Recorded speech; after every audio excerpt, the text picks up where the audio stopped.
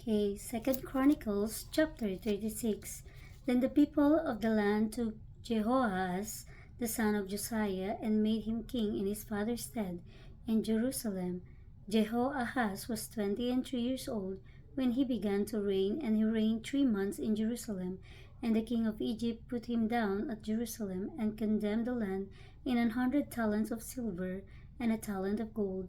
And the king of Egypt made Eliakim his brother king over Judah and Jerusalem, and turned his name to Jehoiakim.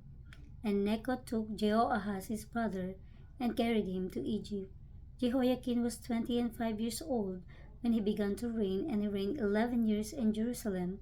And he did that which was evil in the sight of the Lord his God. Against him came up Nebuchadnezzar king of Babylon, and bound him in fetters to carry him to Babylon. Nebuchadnezzar also carried of the vessels of the house of the Lord to Babylon, and put them in his temple at Babylon. Now the rest of the acts of Jehoiakim, and his abominations which he did, and that which was found in him, behold, they are written in the book of the king of Israel and Judah. And Jehoiakim his son reigned in his stead.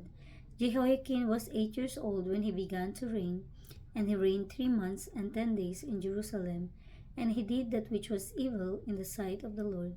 And when the year was expired, King Nebuchadnezzar sent and brought him to Babylon with the goodly vessels of the house of the Lord, and made Zedekiah his brother king over Judah and Jerusalem. Zedekiah was 21 years old when he began to reign, and reigned 11 years in Jerusalem. And he did that which was evil in the sight of the Lord his God, and humbled not himself before Jeremiah the prophet, speaking from the mouth of the Lord. And he also rebelled against King Nebuchadnezzar, who had made him swear by God. But he stiffed his neck and hardened his heart from turning unto the Lord God of Israel. Moreover, all the chief of the priests of the people transgressed very much after all the abominations of the heathen, and polluted the house of the Lord which he had hallowed in Jerusalem. And the Lord God of their fathers sent to them by his messengers, rising up betimes and sending, because he had compassion on his people and on his dwelling place. But they mocked the messengers of God, and despised his words, and misused his prophets, until the wrath of the Lord arose against his people, till there was no remedy. Therefore he brought upon them the king of the Chaldees, who slew their young men with the sword in the house of their sanctuary, and had no compassion upon young men, or maiden, old men, or him that stopped for age. He gave them all into his hand, and all the vessels of the house of God, great and small, and the treasures of the house of the Lord, and the treasures of the king and his princes, all this he brought to Babylon.